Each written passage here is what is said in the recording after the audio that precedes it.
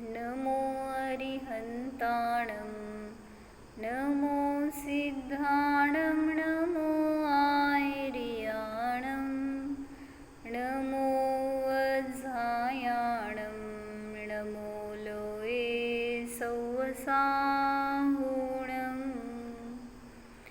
अजर अमर विकल विकारी अविनाशी अनंत गुणधाम नित्य निरंजन भवदुःखभंजन ज्ञान स्वभावी सिद्ध प्रणाम ज्ञान स्वभावी सिद्ध प्रणाम। जय बोलो अनंतानंत सिद्ध भगवान की जय।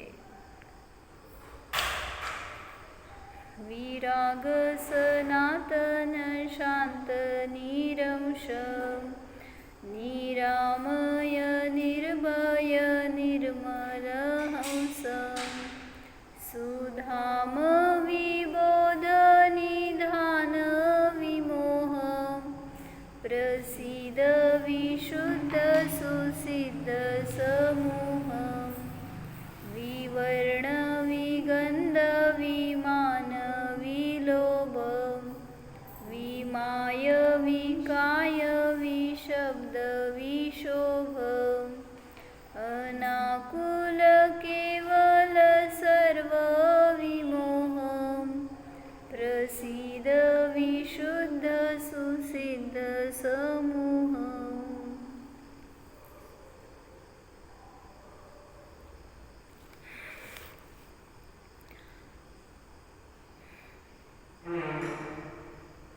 मान माया लोभ या कषायांनी रहित आणि ते कषायाचं कारण असणाऱ्या शरीराने रहित जे काही शरीर प्राप्त झालेलं आहे तर त्याच्या निमित्तामध्ये कषायांची उत्पत्ती होते।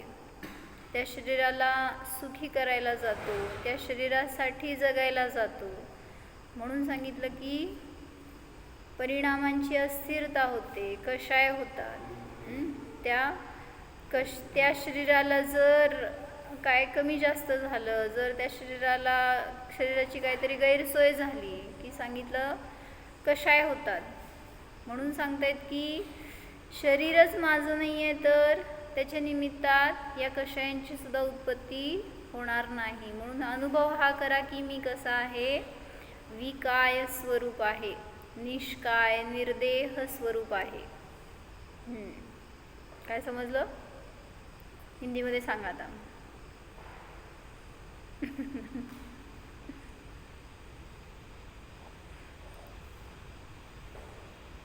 कषाय रहित है। क्यों? हेतु बताया मैंने उसका। त्रिकाली स्वभाव ऐसा है आत्मा का। मैंने क्या हेतु बताया अभी? शरीर है, उस शरीर के लिए हम जीते हैं इसलिए कषाय होते हैं। उस शरीर को हमने अपना माना है इसलिए कषाय की उत्पत्ति होती है। उसी शरीर के सुख का विचार है, उस शरीर की मेंटेनेंस का विचार है, हर समय उसको अच्छा लगना चाहिए, उसको सभी प्रकार के सुख मिलने चाहिए, इसलिए कषाय करते हैं। जो लोभ होता है, जो क्रोध होता है, क्यों होता है? उसके पीछे यही है, जो शरीर में एकत्व बुद्धि है, ममत्व बुद्धि है। शरीर किसका है? कभी ऐसा हमने देखा ही नहीं है ना, शरीर मेरा नहीं है, शरीर मैं नहीं हूँ, ऐसा कभी किया है फीलिंग?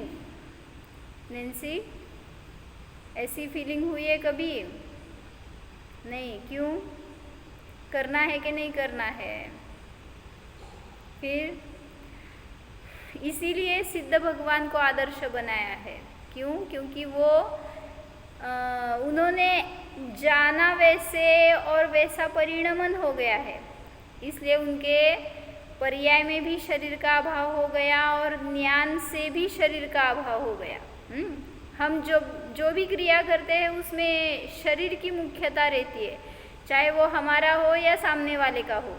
एक उदाहरण ऐसे बताया था, अभी पढ़ा मैंने कि जब कोई लड़का लड़की देखने जाता आहे ना, प्रसन्नला बघायला गेला होता तेव्हा, म्हणजे प्रसन्न गेला होता तेव्हा, आला नाही का प्रसन्न, कुठे गेला? हाँ, ते आल्यावर सांगायला पाहिजे. तो जब वो लड़का जाता है लड़की को देखने, तो उसको किस व्यू से देखता है, उसके क्या गुण देखता है या उसका रूप देखता है, क्या देखता है? जाने दो, आप लड़की हो, आप लड़के को देखने गए तो क्या देखेंगे आप? पहले रूप देखते हैं, कैसा है, सुंदर है कि नहीं, ये दृष्टि उनकी रहती है लड़का या लड़की की. लेकिन उनके माँ बाप क्या देखते हैं? माँ बाप बताओ, आपने क्या देखा? मतलब आपकी परीक्षा, जो लड़का या लड़की है वो परीक्षा करते हैं शरीर से, उसके रूप से, उसके चेहरे से. लेकिन जो माँ बाप होते हैं वो कैसे परीक्षा करते हैं? ज्ञान से. उसमें क्या गुण है, उसके पास क्या कला है, ये देखते हैं ना. हाँ, संस्कार होय, मला वाटलं संसार म्हणायला काय. संसार कसं करती बघायचं का? उसके पास क्या संस्कार है, उसको क्या आता है, क्या नहीं, धर्म की बुद्धि है कि नहीं, ऐसे सब वो देखते हैं ना. वो दृष्टि लड़के की नहीं रहती. लड़का क्या देखता है? सुंदर है कि नहीं, पहले वो देखना. तो इसलिए बता रहे हैं कि जब तक शरीर पर दृष्टि है तब तक गुण नहीं दिखते, क्योंकि शरीर अपना स्वभाव नहीं है, शरीर के गुणधर्म है वो हमारे नहीं है. तो इसलिए बता रहे हैं कि भले ही शरीर सुंदर हो, लेकिन उसमें गुण कैसे होते हैं? कैसे? हाँ, गुण हो ही ऐसा नहीं है. इसलिए बता रहे हैं शरीर कैसा भी हो, लेकिन उसमें गुणवत्ता होती ही है ऐसा नहीं है उस व्यक्ति में. शरीर पर से हम परीक्षा नहीं कर सकते. कितनी भी सुंदर व्यक्ति हो, ऐसा हुआ है अनेकों बार कि शरीर से बहुत सुंदर है, लेकिन काम की कुछ आदत नहीं है, कुछ ज्ञान नहीं है. कैसे खाना पकाना आता है? खाना पकाने को नैन्सी? हाँ बोलो. मेरे सामने लड़के भी बैठे हैं और नहीं आता, कैंसल. आजकाल पोरींना स्वयंपाकच येत नाही म्हणतात. मग लग्न करायचं का नाही बघा सगळ्या पोरांना. नहीं, वो होम साइंस करते हैं ना, माताजी बताते हैं हर बार एक स्टोरी बताते हैं. आप नए इसलिए आपको बताती हूँ, नहीं तो सभी को पता है ये स्टोरी. क्या होता है, वो बहुत अच्छी लड़की थी, उससे ब्याह किया और उसको घर लाया. उसकी डिग्री थी, होम साइंस किया था उसने. तो उसको बहुत सारे चीज़ें आती होंगी पकाने के लिए, ऐसा कुछ उनके ख्याल थे. और घर में आने के बाद वो उसने क्या बताया, मैं कुछ घर में पकाने वाली नहीं हूँ, आपको जो भी खाना है होटल से मंगाया करो. अभी लड़का क्या करता, क्या बोलते, मरता क्या न करता. उसको जा भी नहीं बोल सकता, कर भी नहीं बोल सकता. अभी नहीं है, नवेली दुल्हन है, उसको क्या बताए, जोश भी नहीं कर सकता, उसके ऊपर रोष भी नहीं कर सकता. तो ठीक है, एक बार दो बार ऐसे प्रेम से समझाया उसने, नहीं घर पे करते, लेकिन उसकी तैयारी ही नहीं थी. तो हर रोज़ क्या होता था, होटल से खाना मंगाते थे और खाते थे. तो ऐसे बहुत दिन बीत गए. फिर उसके बाद उसको एक आइडिया आई. क्या किया उसने, उसके बगल में कोई रहते थे आंटी, तो उनके पास गया और उसने प्लान किया दोनों ने मिलकर. क्या कि आंटी को बताया उसने जाकर कि आप पूरन पोली बनाओ. पता है पूरन पोली? आपको पता नहीं, वहाँ पे नॉर्थ इंडिया में नहीं रहती. तो वो साउथ इंडिया की थी जो दुल्हन थी. तो वो आंटी को बताया उसने कि तुम पूरन पोली का स्वयंपाक बनाओ, क्या रसोई बनाओ और हमें खाने के लिए आमंत्रित करो. तो उसको भी समझ में आ गया क्या केस है, क्या नहीं, क्या क्या चल रहा है उसके घर में. वो आंटी बहुत होशियार थी. उसने ठीक है बोला और उन्होंने बहुत अच्छे से वेद बनाया, सब रसोई ऐसी पंच पकवान बनाए और उनको न्योता दिया कि हमारे घर पे खाना खाने के लिए आओ.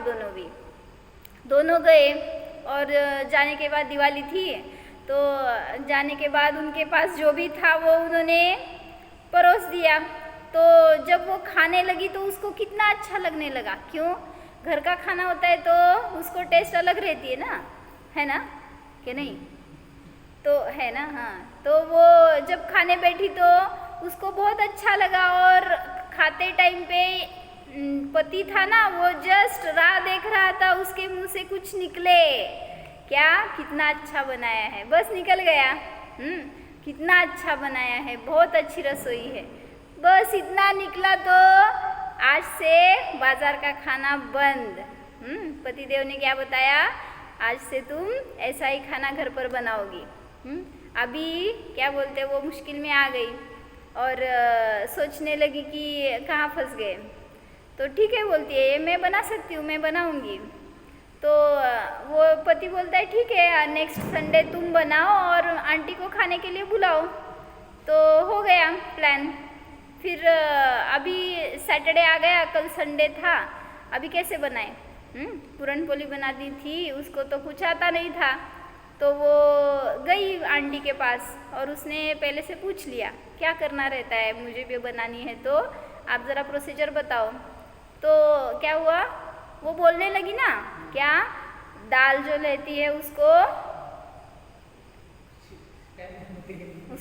अभी मला ते पोळी शिकवावं लागल। क्या करना रहता है, उसको पकाना रहता है। हाँ, पानी में डालकर दाल को उबालना रहता है। इतना बताया तो वो बोलती है हाँ मुझे पता है, मुझे समझ में आ गया, अभी आप मत बताओ। और वो गई और क्या किया, दाल ली थोड़ी सी और पानी डाला इतना बड़ा, क्या हो गया, पूरी खीरी हो गई ना उसकी। तो उसका जो बनाना था, पूरण बनाना था, वो पूरण नहीं हुआ। तो इस बार का बेत कैंसिल हो गया, नेक्स्ट संडे बुलाना था। फिर से गई आंटी के पास और उसने पूछा क्या करना रहता है और एक बार बताओ। तो अभी वो स्टार्ट की उसने बताने के लिए कि दाल होती है, उसको पानी में डालकर उबालना रहता है, फिर निकाल कर उसको आता काय म्हणायचं, पिसना रहता है, क्या म्हणायचं, काय म्हणायचं, पुरण काय करता तुम्ही? ओ बायकांनो बोला की काय करते रे भैया, कसं सांगतो समजून, कन्नडमध्ये सांगू नको। पुरण पात्रातून ते काढायची असते ना डाळ, तो मिक्सर करना रहता है, समझ लेना। तो जो दाल रहती है उसको, मैं नैन्सी आपको पूरन पोली सिखा रही हूँ इससे, आपको भी यूज़ होगा भविष्य में। तो वो उसने बताया कि उसको पूरण पात्र में से निकालना है या मिक्सर करना है, उसको क्रश करना है। तो हाँ मुझे पता है बोली और गई।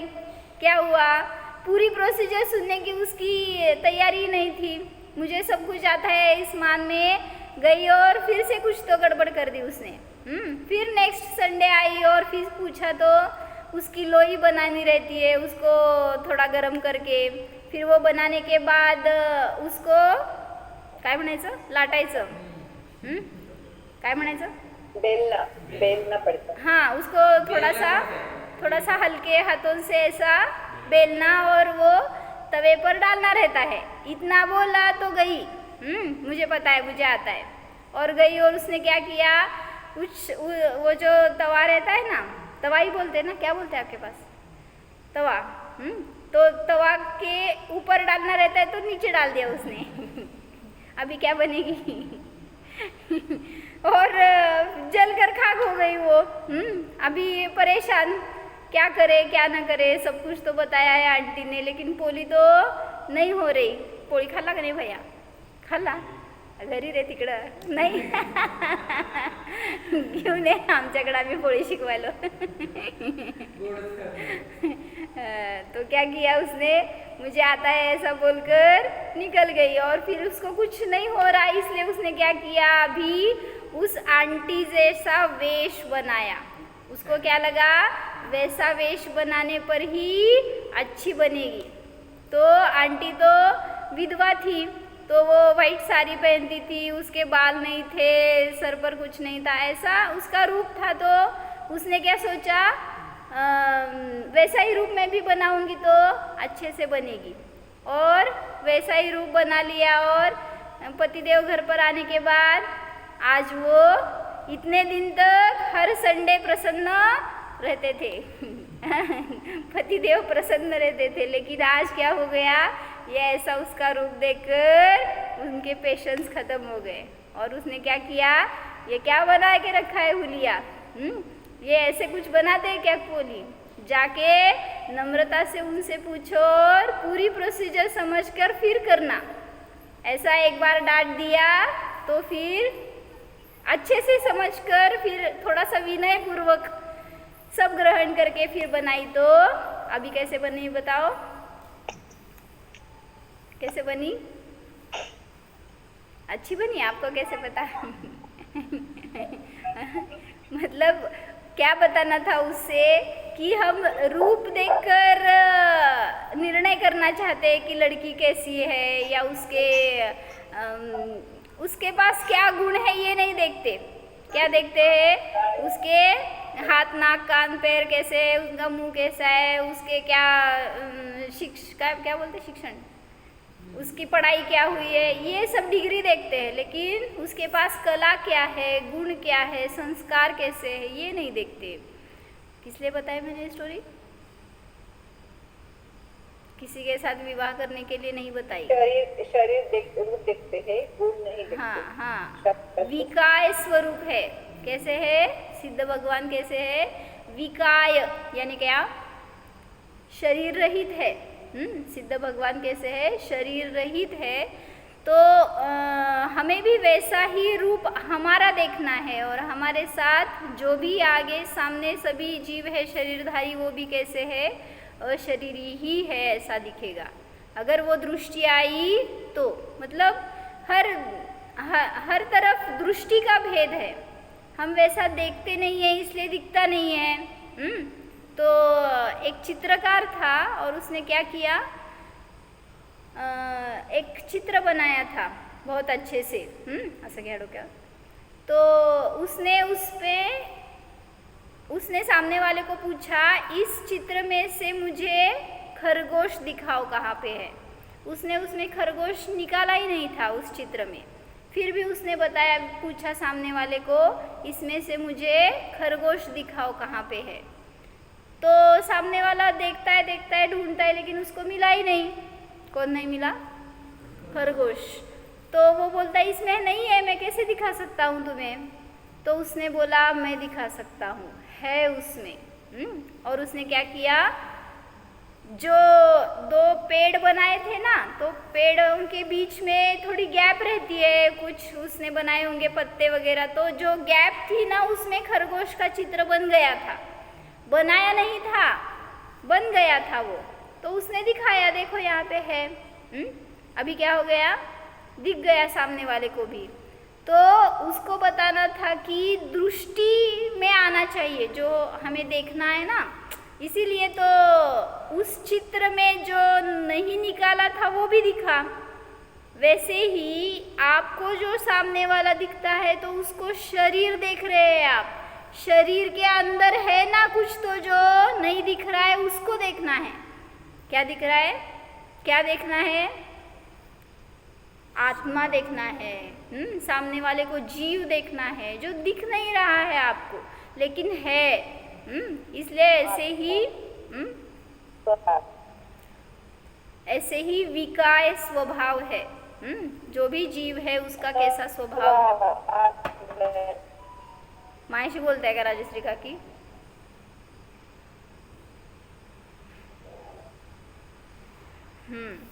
तो हम कैसे है, तुमचा आवाज क्लियर नहीं है, फोनला प्रॉब्लेम आहे तुमच्या? काय सांगायचं होतं मग? कल हो गया था ये विशेषण विशब्द स्वरूप है। भगवान कैसे है, विशब्द स्वरूप है। तो क्या बताया था कल, शब्द ये क्या है, शब्द वर्गणा से शब्द की उत्पत्ति हुई है। या शब्द ये जड़ है, ज्ञान रहित है। शब्द जो है वो मूर्तिक है, और मैं कैसा हूँ। फिर आत्मा को कैसे जाने अगर उसमें शब्द नहीं है? तो बताओ, जो शब्द से दिखेगा वही आज तक हमने जाना है। अगर आत्मा शब्द से नहीं दिखता तो आत्मा को कैसे देखे? शब्द से आत्मा दिखता नहीं और शब्द के बिना भी आत्मा दिखता नाही. काय म्हणले सांग? भाव सांग. शब्द से भी आत्मा थांबा की सांगायला की तो. सांग भैया, तुझे शब्द ऐकू देत. और शब्द से भी दिखता नहीं, फिर कैसे देखे आत्मा को? हाँ, तो शब्दातीत है. शब्द क्या है? जस्ट माध्यम है, क्या बोलते हैं, एक साधन है वहां तक जाने के लिए. उस शब्द से जो दिखाया जा रहा है उसको देखना है. लेकिन हम उस शब्द को पकड़ के बैठे, इसलिए हमें अपना स्वरूप नहीं दिखता. तो यहाँ बता रहे हैं, क्या पढ़ती हूँ. आप ज्ञानमय ही है. शब्द का क्या काम? वह तो पुद्गल का मूर्तिक जड़ का गुण है. अमूर्त में शब्द नहीं है, चेतना में तो कदापि नहीं है. इसलिए शब्दों द्वारा आत्मा को कहा नहीं जा सकता, नहीं समझा जा सकता है, क्योंकि शब्द जड़ है. उनमें वह ताकत नहीं कि आत्मा का ज्ञान करा दे. क्या बताया? शब्द में ऐसी ताकत नहीं है कि वो आत्मा को दिखाए, आत्मा को बताए, आत्मा का ज्ञान करा दे. ऐसी काय म्हणले? कशाची ताकद पाहिजे? मग बदाम खाऊ घालायचे. काय करायचं? गोड तूप असलं सगळं खाऊ घालायचं, म्हणजे ताकद देते. कोणाला खाऊ घालायचं भैया? खाऊ घातला ना सगळ्यांना? का खाल्ला? तो शब्द में कितना भी जोर लगा दो, लेकिन वो शब्द आत्मा का रूप नहीं बता सकते. जैसे हम ध्यान में बताते हैं ना, मैं शुद्ध हूँ, मैं एक हूँ, बताते हैं ना. समझ में आता है कि नहीं आता है? वो उससे जो दिखाना है वो दिखता है कि नहीं दिखता है? हाँ बोलोगे तो भी प्रॉब्लम, ना बोलोगे तो भी प्रॉब्लम है.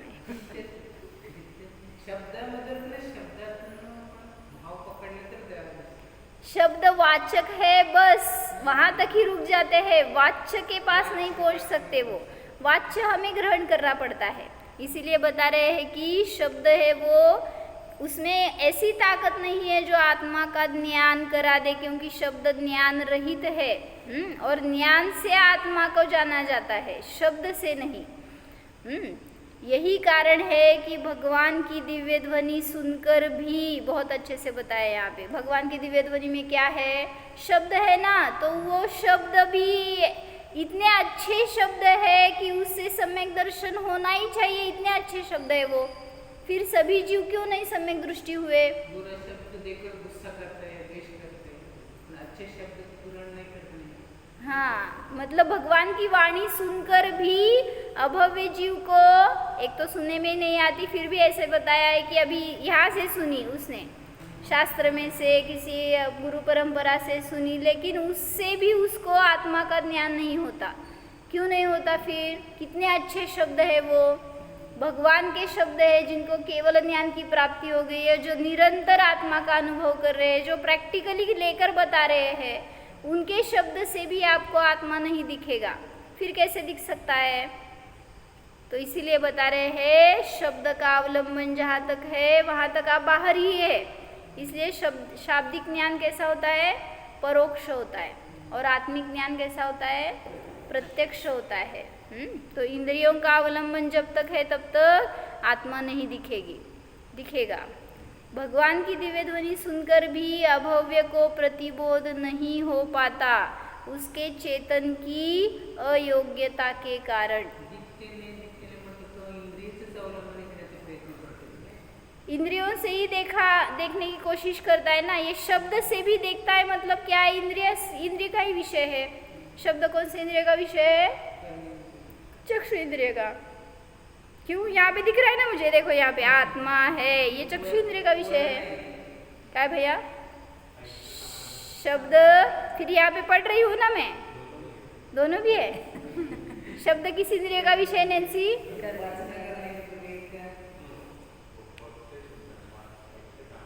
अभी यहाँ पे मैं पढ़ रही हूँ ये ये पढ़ रही हूँ, ये शब्द नहीं है क्या? फिर चक्षु इंद्रिय का विषय है कि नहीं ये शब्द? चक्षु इंद्रिय का विषय शब्द नहीं होता। हाँ, नहीं नहीं, ये है आहार वर्गणा। यहाँ पे सिर्फ ऐसे वो इंक है, ऐसी ऐसी घुमाइए, उसको आप शब्द बोल रहे हैं। लेकिन शब्द जो है वो कर्णेंद्रिय का ही विषय है। नेत्र का विषय तो कलर है। वो कलर सिर्फ ऐसी डायग्राम में निकाला है, इसको आप शब्द बोल रहे हैं। वही तो, वो शब्द इधर से उधर गए हैं लेकिन वो है तो आहार वर्गणा है, वो नेत्र का विषय है, लेकिन शब्द कर्णेंद्रिय का विषय है। तो इसलिए जहाँ दिव्य ध्वनि सुनी वहाँ पर वो दिव्य ध्वनि भी आपको आत्मा का ज्ञान नहीं करा सकती।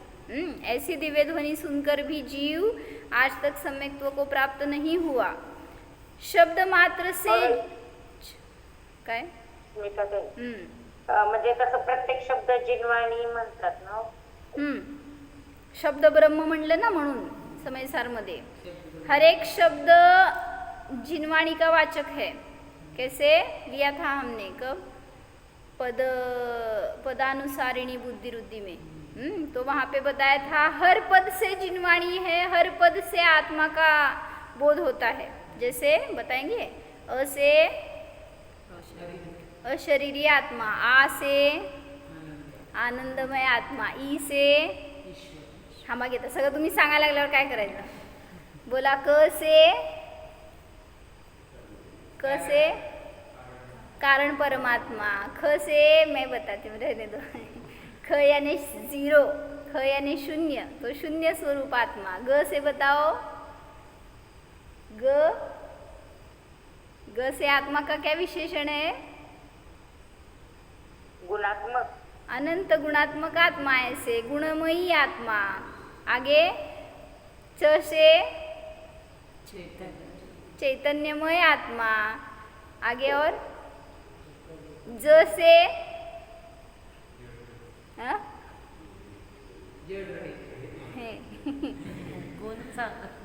ज से कौन सा है विशेषण? बराबर, जीवत्व शक्ति युक्त आत्मा। च से चिति शक्ति युक्त आत्मा। ऐसे हर पद से आत्मा का बोध होता है, लेकिन वो ज्ञान हम लेंगे उसमें से तब होगा, नहीं तो क्या होता है क्या पता। घ से क्या और च से क्या, न से क्या। न से क्या होता है? न से कितने सारे विशेषण है। कसं बघायला देवा, असं वाटलंय कुठं।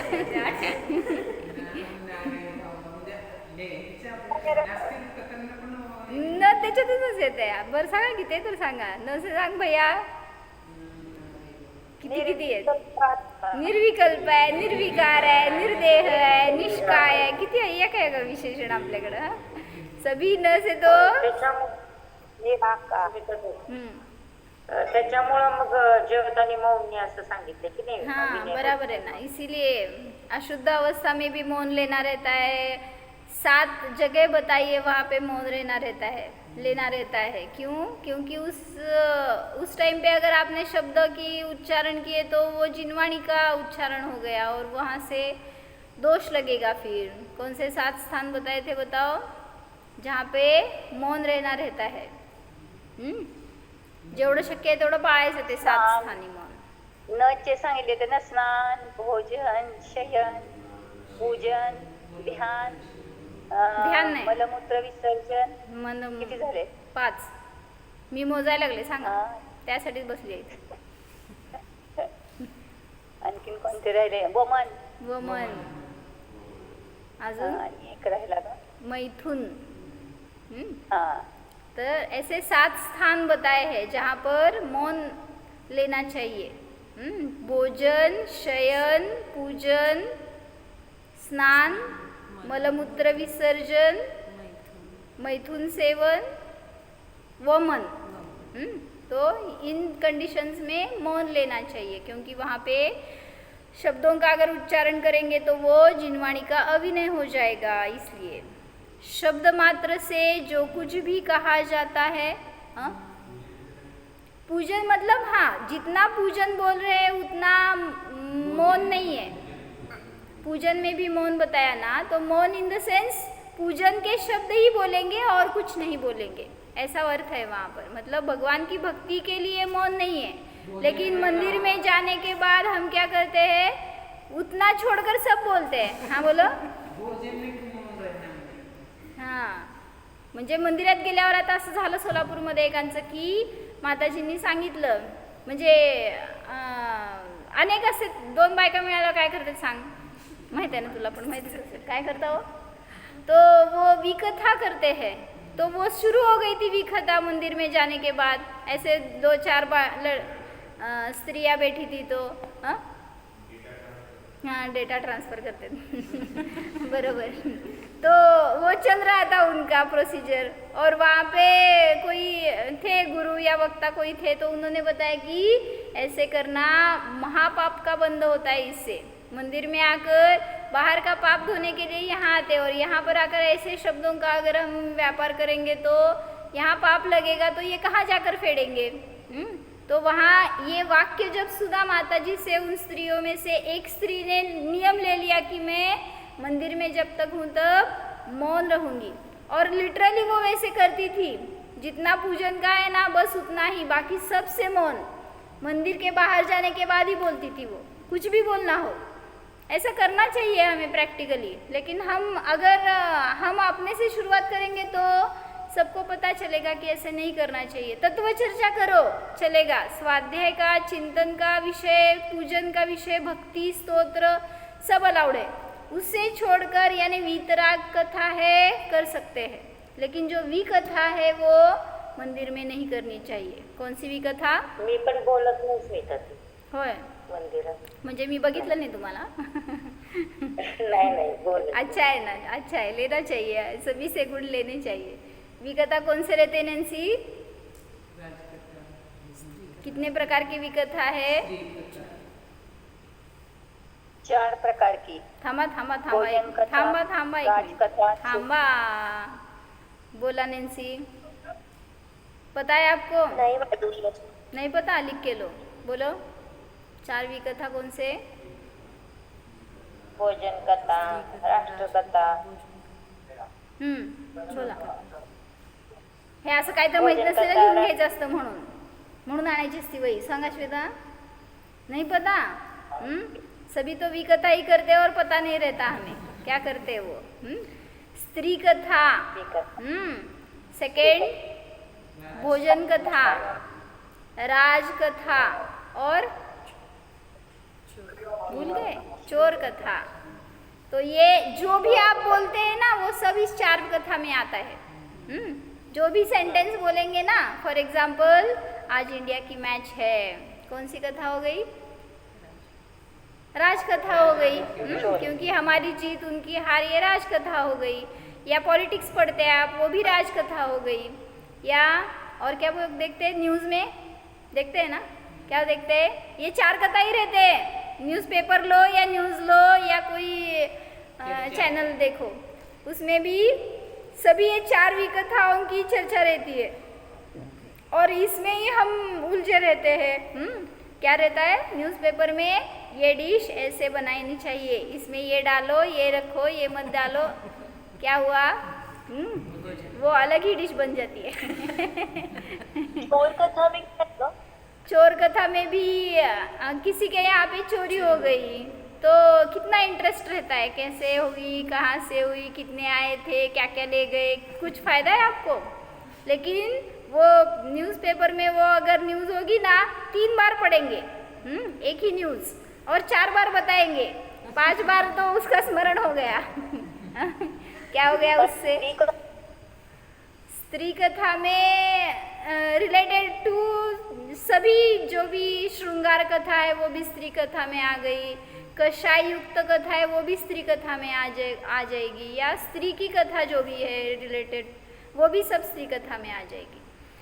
मतलब किसी फिल्म की चर्चा करेंगे तो उसमें भी स्त्री कथा का ही इम्पोर्टेंस रहता है। तो ये सब हम जो भी चर्चा करते हैं उसमें विकथा का ही जोर रहता है, लेकिन उससे क्या होगा, वो शब्द हमें दूर ले जा रहे हैं, जो आत्मा से दूर ले जाए वैसे शब्दों का ही क्या बोलते हैं, वैसे ही शब्द हम यूज़ करते हैं, उसी में रमते हैं, उसी से आनंद मानते हैं, तो आत्मा का स्वरूप नहीं दिखेगा। भगवान बता रहे कि हर शब्द से अंदर जाओ, और हम ऐसे ही शब्द यूज़ कर रहे हैं, हर शब्द से बाहर जा रहे हैं। तो इसलिए बता रहे कि एक्चुअली उस शब्द में भी वो ताकत नहीं है कि जो आत्मा का स्वरूप दिखाए। लेकिन फिर भी भगवान क्यों बोलते हैं बताओ? फिर मौन रहना चाहिए भगवान को भी। अगर वो आत्मा दिखा नहीं सकते तो क्यों दिव्य ध्वनि खिरती है? क्यों बताते हैं वो सबको ऐसा करो, ऐसा करो, ऐसा है आत्मा? माध्यम हाँ, मतलब समझ में तो आने वाला ही नहीं है, नहीं, क्योंकि मैं जो अनुभव लेती हूँ वो आपको बता नहीं सकती या आपको दिखा नहीं सकती। आप कैसे करेंगे? लेकिन आपको कराना है, आपको वो मार्ग दिखाना है, आपको भी सुखी बनाना है। ऐसी उत्कृष्ट संकलेश भाव रहते हैं भगवान के, इसलिए उनकी दिव्य ध्वनि खिरती है। और जो भी शब्द है वो तो इसलिए वो उनको बताना है, तो वो कैसे बताए? तो ये माध्यम है दिव्य ध्वनि का। क्या बोलता है? भव्य कल्याण के लिए ना, भव्य भव्य जीव जीवों के कल्याण। भव्य जीव के कल्याण के लिए दिव्य ध्वनि खिरती है। तुमच्या गावाजवळ खिरली माहिती आहे तुला? दहीगावला आली होती दिव्य ध्वनि है समोशरण, और वहाँ पर दिव्य ध्वनि, दहीगांव गए थे ना नैन्सी, तो वहाँ पर समोशरण आ गया था और वहाँ पे दिव्य ध्वनि खिरी थी। तो हमारे यहाँ पे आए हैं वहाँ के सब लोग, तो वो वहाँ पे नहीं थे लेकिन वहाँ पे खिरी थी, तो है अभी जिनवाणी में सब वो दिव्य ध्वनि। तो वो पढ़ना चाहिए, वैसा अनुभव करना चाहिए, वैसा मैं हूँ ऐसा निर्णय करना चाहिए। तो हर शब्द ऐसा रहता है कि उसे हम अपना आनंद ले सकते हैं, उससे हमारा स्वरूप हमें समझ में आ सकता है। लेकिन कहाँ जाते हैं? किती चर्चा करतो भैया घरी? समजवलं का? काय शिकवलं का? आपल्याला शब्द मिळालेत, सगळी एवढी वाणी मिळाली आहे, एवढं आपल्याला ज्ञान मिळालंय, दिलं का? तू काय केला ते सांग, आई काय करते ते नको सांगू। आपल्या सहवासात आलेल्या माणसाला आपण धर्मच देणार पहिल्यांदा, जर त्यांना धर्म नाही मिळालाय तर, नाही माहीत आहे तर। बाकी सगळं न देण्यासारख्या गोष्टी सगळ्या मिळतात। तुमचं धन असू दे, वैभव, काय दागिने, घर, बाकीचं सगळं मिळतंय, पण धर्म मिळत नाही। म्हणून आपल्याकडून मिळालं तर त्याचा फायदा काय माहिती का? मी जर कोणाला ज्ञान दिलं तर माझ्या ज्ञानाची सुरक्षा झाली, माझं ते ज्ञान प्रबळ झालं, आणि मला भवाभवामध्ये असे संयोग मिळणार की जे मला ज्ञानामध्ये स्थिर करतील, मला धर्माचा उपदेश मिळेल, मला स्थितीकरण मिळेल, हे माझी तयारी झाली आहे, दुसऱ्यासाठी मी नाही करत आहे। म्हणून ज्याला आपण समजावून सांगतो ना, आता इथं काय ऐकलं ना, 4 जणांना पकडून पकडून सांगायचं, नाही ऐकत असेल तरी सांगायचं का? काय स्तुती? हां, भिंतीसमोर बसून, कोण नाही मिळालं तर भिंतीसमोर बसून बडबडा म्हणते, नाहीतर जावा जंगलात आणि त्या झाडासमोर जाऊन बोला म्हणते। हां, बरोबर। क्यों? हां, गेले ते, जाऊ देत। म्हणजे का बरं असं की त्या शब्दाचं जेवढं, आणि म्हटलं ना, म्हणून माताजी पण सांगतात तुमच्या घरामध्ये तुम्ही स्वाध्याय असा करा चर्चा रूपाने, म्हणजे काय वाचणं तुमचं, तुम्ही एकटं वाचणं वेगळं बरं का, मौनमध्येच वाचणार तुम्ही, काय बडबडून वाचणार नाही, पण समोर एखाद्याला घेऊन बसून वाचल्यावर जे शब्द वर्गणा निघतात ना, त्या शब्द वर्गणा राहतात त्या परिसरामध्ये, आणि त्याचा इफेक्ट होतो कोणावर ना कोणावर।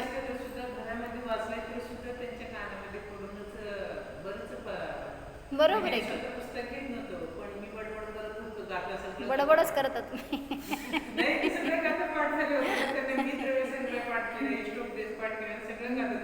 आता तू बडबड करायची भैया, म्हणजे सगळ्याला पाठवते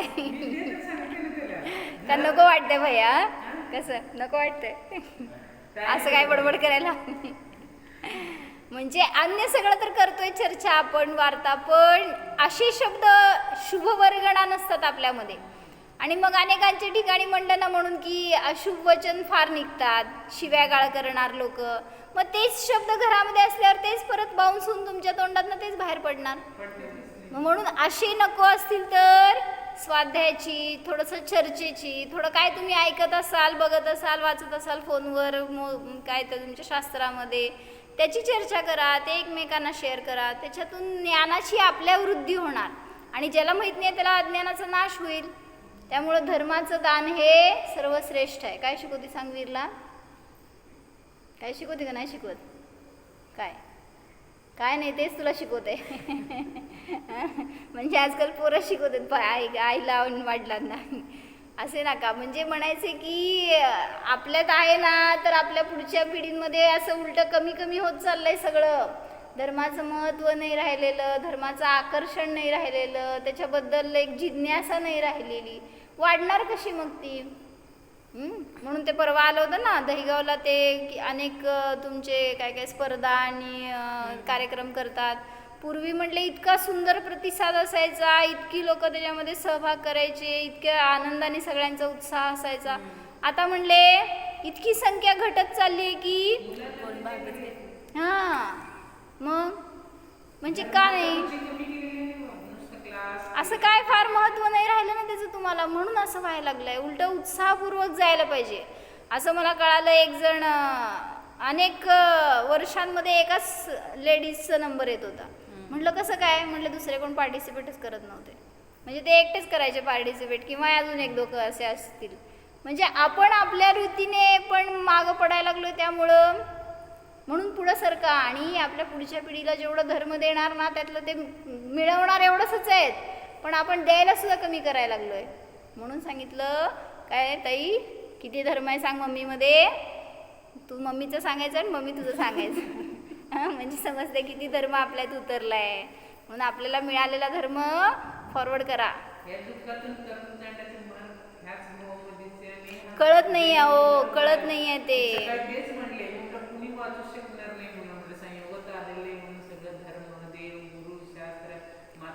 तेच की असं ते सगळं आपण सांगून पण कळणार नाही. जेव्हा ते स्वतःला उतरणार आहे ना त्यावेळेस ते समजणार आहे. आहे त्याच्यात हाय हाय, काळजी करू नका. जिज्ञासा आहे, आनंद आहे, आवड आहे, करणार आहे. ते पण करा, हे पण करा. ते सोडून देऊ नको भैया, त्यांनी सांगितले म्हणून. पण त्याबरोबर हे पण कर, कारण ह्याला पण महत्त्व देणं तेवढंच आवश्यक आहे. आपल्याला आपल्या आनंदासाठी करायचंय, कारण मला आनंद बाहेरून मिळतोय ही मान्यताच चुकीची आहे. जेवढं आपण ते बाहेरून शोधायला जातोय, कमवायला जातोय, तेवढं तुम्हाला रिकामं राहणार आहे तुम्ही. पैसा आहे तर सुख आहे का नाही सांग? हो म्हणा की. मग कशा जाता कमवायला? काय काय भैया पैसा आहे तर सुख आहे का नाही? चल दे बघू. सगळं घरी ठेवणार. मग अशी एक मुलगा आला होता, आम्हा म्हणलं त्याला कर दान. नाही आम्हा पैसे सगळे फोनमध्ये आहेत. कसं द्यायचं? असं आहे. म्हटलं फोनच दे मग, आता काय करायचं. म्हणजे म्हणायचे म्हणून की कुठल्या धनाने सुख नाही आहे, कुठल्या सामग्रीने, कुठल्या विषयातून सुख नाही आहे, तर सुख आपल्या ह्याचा निर्णय होणार धर्माच्या सानिध्यात येऊन, त्याचा निर्णय करून. म्हणून स्वतःला जाणा. ओम जाणा.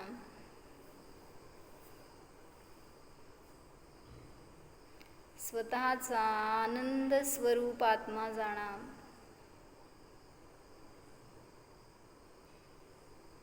या आनंदासाठी मला परद्रव्याची आवश्यकता नाहीच. धन हे माझ्या सुखाचे कारण नाहीच.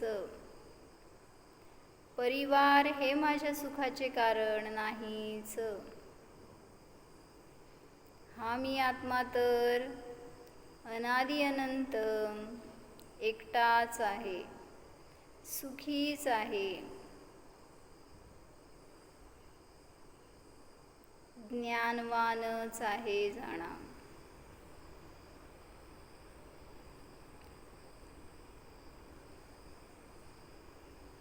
सिद्ध स्वरूपोऽहम्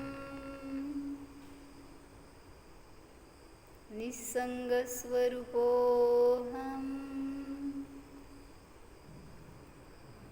जीवोऽहम्. ओम